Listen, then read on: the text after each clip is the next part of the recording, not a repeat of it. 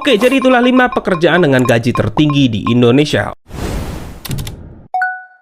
Oke, sebelum mulai videonya, ini yang dimaksud adalah pendapatan gajinya ya guys. Jadi dibayar sesuai dengan pekerjaannya, bukan bisnis ataupun jualan. Dan 5 list yang akan disebutkan adalah menurut CNBC Indonesia, jadi bukan pendapat pribadi lo ya. Oke, mari kita mulai. Nomor 5, Vice President of Data Science. Data Science sendiri menurut Wikipedia adalah suatu disiplin ilmu yang khusus mempelajari data, khususnya data kuantitatif, baik yang terstruktur maupun tidak terstruktur. Jadi mungkin gampangnya data science adalah penganalisa data yang lebih kompleks, seperti melakukan penelitian terkait data pada perusahaan yang akan digunakan sebagai metode penentuan keputusan, memvisualisasikan data dalam bentuk grafik, melakukan analisis data perusahaan dalam jumlah yang besar atau big data, dan masih banyak lagi.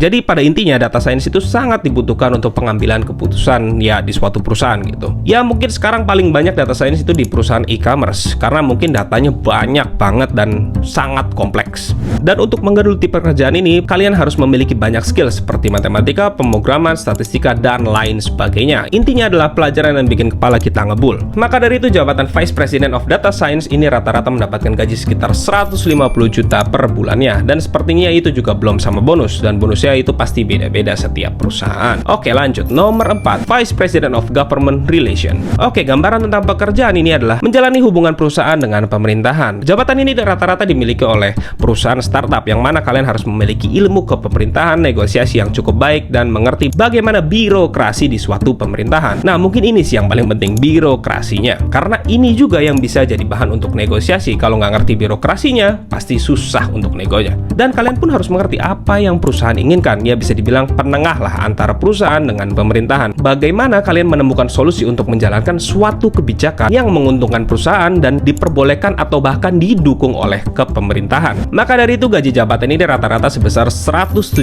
juta rupiah. Nomor 3, Country Sales Manager. Country Sales Manager adalah jabatan yang bertugas mengawasi kegiatan operasional dan penjualan di suatu perusahaan yang pastinya adalah multinational company. Sebagian tugas seorang Country Sales Manager diantaranya adalah memimpin tim penjualan perusahaan, melakukan market research dan mempelajari segala kemungkinannya, menyusun strategi terbaik untuk meluncurkan produk, dan masih banyak lagi. Country Sales Managers umumnya memiliki latar belakang akademik di bidang bisnis. Selain itu, ia juga diharapkan memiliki pengalaman di bidang manajemen bisnis internasional. Dan rata-rata gaji jabatan ini adalah sebesar 175 juta rupiah, yaitu juga belum sama bonus. Apalagi produk-produk yang achieve, pasti bonusnya nggak muat di dompet. Nomor 2, Risk Director. Jujur gue juga baru denger nih jabatan Direktur Resiko, yang mana setelah gue research, Direktur Resiko adalah jabatan yang pada intinya memanage segala resiko untuk meminimalisir resiko yang terjadi di dalam perusahaan. Ya itu termasuk resiko keuangan, strategis, kepatuhan, dan lain-lainnya. Ya pusing sih, ini namanya juga bisnis ya guys. High risk, high return, lah ini suruh meminimalisir.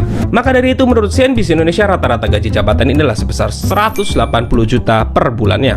Nomor 1, Corporate Suite. Jabatan ini adalah jabatan teratas dalam suatu divisi perusahaan seperti CFO, COO, ataupun CEO itu sendiri. Ya pokoknya mah dialah yang menentukan perusahaan mau kemana, kebijakannya, budget buat ini itu, memecat karyawannya, dan lain sebagainya.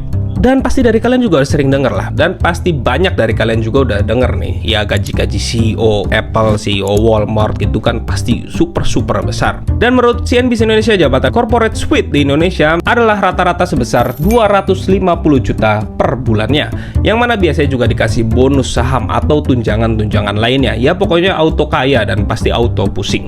Oke, jadi kira-kira mana nih dari 5 pekerjaan tadi yang kalian paling inginkan?